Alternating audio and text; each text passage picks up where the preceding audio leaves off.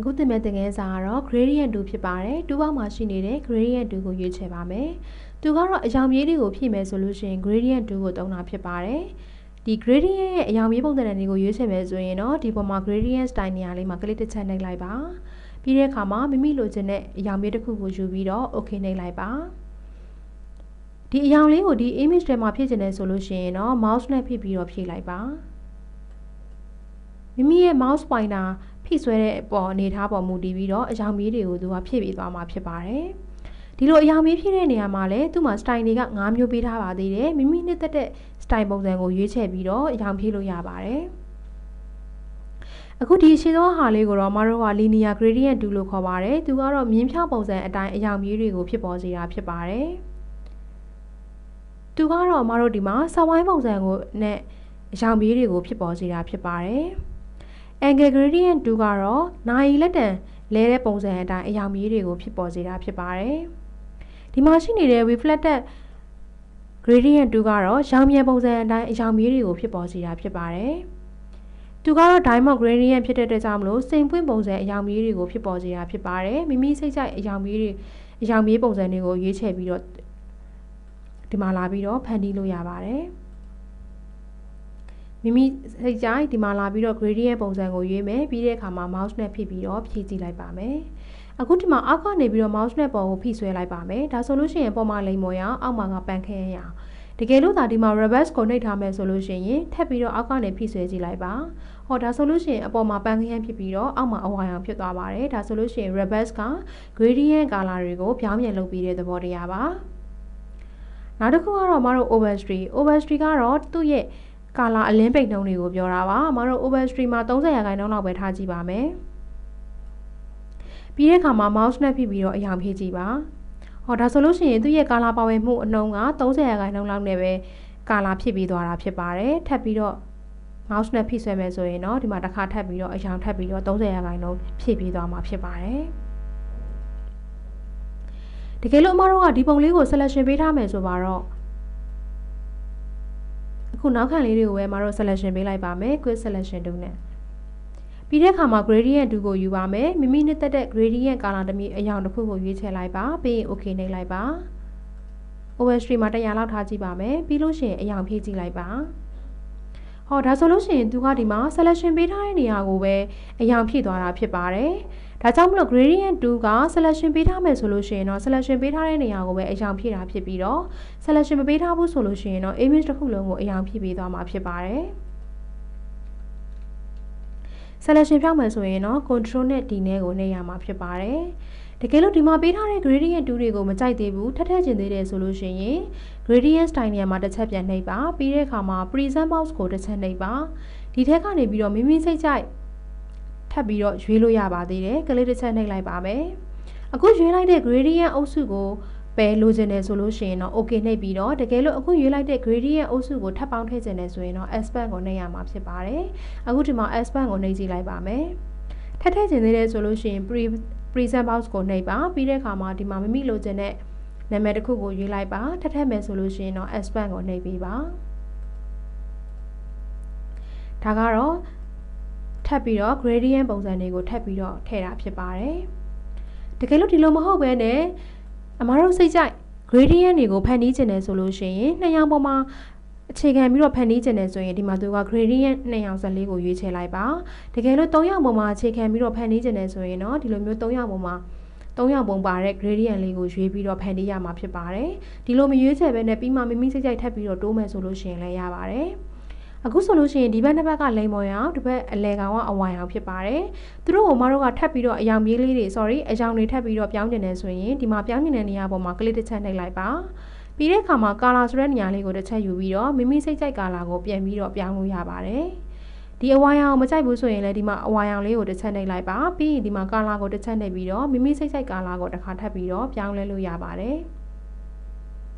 ကလစ်တစ်ချက်နှိပ်လိုက်ပါမယ်ပြီးတဲ့အခါမှာကာလာမှာမိမိစိတ်ကြိုက်ကာလာကိုထပ်ပြီးတော့ပြောင်းလို့ရပါတယ်ဒီ3ရောင်မဟုတ်သေးဘူးထပ်ပြီးတော့မတို့ကနောက်ထပ်1ရောင်ထည့်ချင်သေးတယ်ဆိုလို့ရှိရင်ဒီမှာဒီလိုမျိုးသူကဒီအရောင်နှစ်ခုရဲ့အလဲကြားအမှတ်ကလေးကိုဒီမှာသူကဒီလိုအဆက်ကလေးနဲ့ပြထားပါတယ်အလဲကနေပြီးတော့တိုးချင်တယ်ဆိုရင်တော့ဒီအဆက်နေရာလေးမှာလဝါပုံစံလေးပေါ်လာပြီဆိုလို့ရှိရင်ကလစ်တစ်ချက်နှိပ်လိုက်ပါ ဒါဆိုလို့ရှိရင်သူကကာလာတစ်ခုထပ်တိုးလာပါတယ်ပြီးရင်တော့ကာလာ box ကိုတစ်ချက်နေပြီးတော့မိမိလိုချင်တဲ့ကာလာကိုထပ်ပြီးတော့ထည့်လို့ရပါတယ်သူကဒီလိုပဲကာလာနှစ်ခုကြားတဲ့အလဲကောင်ကိုအမြဲတမ်းဒီလိုမျိုးအမှတ်ကလေးနဲ့လာပြီးတော့ပြပေးပါတယ်တကယ်လို့အလဲကောင်မလိုချင်ဘူးဆိုရင်တော့မိမိနှစ်သက်တဲ့နေရာလေးမှာကလစ်တစ်ချက်နှိပ်ပြီးတော့မိမိနှစ်သက်တဲ့ကာလာကိုဒီမှာတစ်ခါထပ်ပြီးတော့ရွေးလို့ရပါတယ်ကာလာတွေရဲ့အနည်းဝေးကိုလည်းပြီးတော့မှ mouse နဲ့လိုက်ပြီးတော့ပြင်လို့ရပါတယ်ဒါကတော့မိမိစိတ်ကြိုက်တွေထပ်ပြီးတော့ပြင်တာပေါ့နော်အခုဒီမှာကာလာကိုမှကထပ်ပြီးတော့တိုးလိုက်မယ်အခုထပ်တိုးလိုက်တဲ့ကာလာကိုမကြိုက်ဘူးဆိုလို့ရှိရင်မကြိုက်တဲ့ကာလာပေါ်မှာ mouse နဲ့ဖိပြီးတော့အပြင်ကိုဆွဲထုတ်လိုက်ပါအခုဒီမှာပန်းခရမ်းကိုမကြိုက်ဘူးဆိုလို့ရှိရင်လည်းပန်းခရမ်းပေါ်ကိုဖိပြီးတော့အပြင်ကို mouse နဲ့ဆွဲပြီးတော့ထုတ်လိုက်ပါပြီး okay ပေးလိုက်ပါဟောဒါဆိုလို့ရှိရင်တော့မတို့စိတ်ကြိုက်ဖန်တီးထားတဲ့ကာလာတစ်ခုကိုရပါပြီဒီကာလာကိုတင်ထားချင်တယ်ဆိုလို့ရှိရင်တော့မတို့ဒီမှာ save ဆိုတာလေးနဲ့မိမိနှစ်သက်တဲ့နာမည်တစ်ခုကိုပေးပြီးတော့ save ကိုနှိပ်ပြီးတော့တင်ထားရမှာဖြစ်ပါတယ်အခုဒီမှာ gradient color တွေကိုမိမိစိတ်ကြိုက်ဖန်တီးချင်တယ်ဆိုလို့ရှိရင်တော့ဘယ်နေရာပေါ်မှာအခြေခံပြီးတော့ဖန်တီးမှာလဲဆိုတာကိုအရင်ဦးဆုံးရွေးပါမယ်ဒါဆိုလို့ရှိရင်200ပေါ်မှာအခြေခံပြီးတော့ဖန်တီးတာပါဒီအမဲရောင်ကိုမတို့ကမကြိုက်ဘူးဆိုရင်အမဲရောင်ပေါ်မှာကလစ်တစ်ချက်နှိပ်ပါပြီးရင်တော့ဒီမှာ color မှာတစ်ချက်နှိပ်ပါမိမိနဲ့တက်တဲ့ color တစ်ခုကိုထပ်ပြီးတော့ရွေးပေးပါသူတို့အရောင်နှစ်ခုရဲ့ကြားထဲမှာထပ်ပြီးတော့ထည့်ကျင်သေးတယ်ဆိုလို့ရှိရင်တော့ဒီမှာလက်ဝါးပုံစံလေးပေါ်လာရင်ကလစ်တစ်ချက်နှိပ်ပါ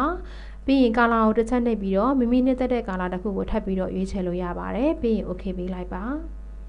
ဒါကတော့မိမိနှစ်သက်တဲ့အရောင်တွေကိုရွေးချယ်ပြီးတော့အရောင်မျိုးတွေကိုဖန်တီးတာဖြစ်ပါတယ်နောက်တစ်ခုကတော့ paint bucket 2ပါ paint bucket 2ကတော့ one color ထည့်တဲ့နေရာမှာသုံးပါတယ် paint bucket 2ကိုယူလိုက်ပါမယ်သူကတော့ဒီမှာ foreground color ကိုထည့်ပေးမှာဖြစ်ပါတယ်အမတို့အရောင်ပြောင်းကျင်တဲ့အရောင်ထည့်ကျင်တဲ့ဟာကို foreground color မှာလာပြီးတော့ရွေးချယ်ထားရမှာဖြစ်ပါတယ်အဲ့တော့ဒီမှာ foreground မှာမိမိနဲ့တက်တဲ့ color တစ်ခုကိုရွေးချယ်ထားပါပြီးရင်ဒီမှာ foreground ကိုရွေးလိုက်ပါမယ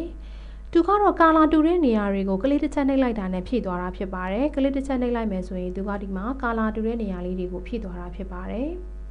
overstream မှာ color ပါဝင်မှုအလင်းပိန်နှုံးတွေကိုအတိုးလျှော့လုပ်လို့ရပါတယ်ပြီးရင်ဒီမှာကလစ်တစ်ချက်ပြန်နှိပ်ကြည့်ပါဒါကတော့ touring ကတော့မတို့ရဲ့ color ပြည့်နှက်မှုနှုန်းတွေကိုရွေးချယ်တာဖြစ်ပါတယ် touring မှာများမယ်ဆိုလို့ရှိရင်တော့ဥမာအစိမ်းရောင်မှာကလစ်တစ်ချက်နှိပ်မယ်ဆိုရင်အစိမ်းရောင် color ပါဝင်မှုများတဲ့color ပါဝင်မှုအနည်းငယ်ပါဝင်မယ်ဆိုရင်တော့ touring မှာမတို့များထားမယ်ဆိုလို့ရှိရင်သူကအရောင်ဖြည့်သွားမှာဖြစ်ပါတယ်ဒါကတော့ touring မှာ color ပါဝင်မှုနှုန်းတွေကိုလာပြီးတော့ပြင်လို့ရပါတယ်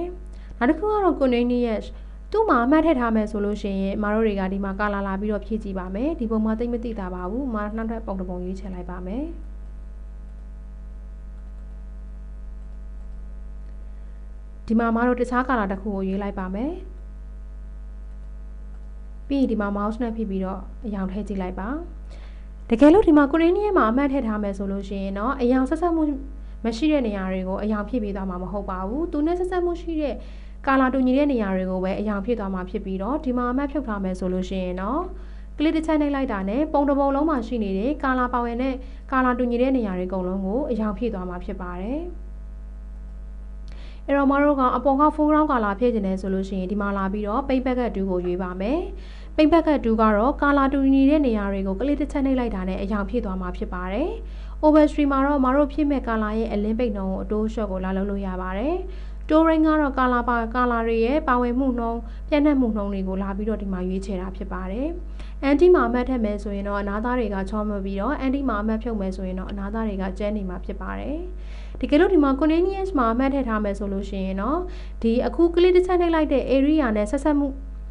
ရှိတဲ့နေရာတွေကိုပဲသူကအရောင်ဖြည့်သွားမှာဖြစ်ပြီးတော့ဒီမှာအမှတ်ဖြုတ်ထားမယ်ဆိုလို့ရှိရင်တော့ area တစ်ခုလုံးဒီ image တစ်ခုလုံးမှာအရောင်တူညီတဲ့နေရာတွေအကုန်လုံးကိုအရောင်ဖြည့်သွားမှာဖြစ်ပါတယ် area ဆက်ဆက်မှုမရှိတဲ့နေရာတွေဆိုလို့ရှိရင်လည်းသူကဒီမှာအရောင်ဝင်ပြီးတော့ဖြည့်ပေးသွားပါတယ်အဲ့တော့ဒီမှာမတို့က paint bucket 2မှာနောက်ထပ်တစ်ခုရှိပါသေးတယ်သူကတော့ pattern မှာသူ့ကိုကလစ်တစ်ချက်နှိပ်လိုက်မယ်ဆိုလို့ရှိရင် pattern တွေအစားဝင်သွားတာဖြစ်ပါတယ် foreground color နေရာမှာ pattern ဝင်သွားတာဖြစ်ပါတယ်ဒီမှာလည်းမိမိနှစ်သက်တဲ့ pattern ကိုရွေးချယ်ပြီးတော့ကလစ်တစ်ချက်နှိပ်လိုက်လို့ရပါတယ်တကယ်လို့ဒီမှာ pattern တွေကိုမကြိုက်သေးဘူးဆိုလို့ရှိရင်ဒီမှာရှိနေတဲ့ setting လေးမှာတစ်ချက်နှိပ်လိုက်ပါပြီးတဲ့အခါမှာမိမိနှစ်သက်တဲ့ pattern တစ်ခုကိုရွေးချယ်ပါထပ်ပေါင်းမယ်ဆိုရင်တော့ expand ကိုနှိပ်ပြီးတော့ဒီမှာထပ်ပေါင်းလိုက်တဲ့ဟာတွေကအောက်ဆုံးကိုရောက်သွားမှာဖြစ်ပါတယ် ဒီထက်ကနေပြီးတော့လိုချင်တဲ့ pattern တစ်ခုကိုရွေးချယ်ပြီးတော့ click တစ်ချက်နှိပ်ပြီးတော့ဒီမှာထပ်ပြီးတော့အရောင်ဖြည့်လို့ရပါတယ်ဒါဆိုလို့ရှိရင်မတို့က pattern တွေဖြစ်မယ်ဒါမှမဟုတ်ရင် foreground color 1 color ဖြစ်ချင်တယ်ဆိုရင်မတို့က paint bucket tool ကိုသုံးပြီးတော့နှစ်ရောင်ထပ်ပေါ်တဲ့အရောင်မြေးတွေဖန်တီးချင်တယ်ဆိုရင်တော့ gradient tool ကိုသုံးမှာဖြစ်ပါတယ်ဒီနှစ်ခုလုံးကတော့ဆေးချယ်တာတွေပဲဖြစ်ပါတယ်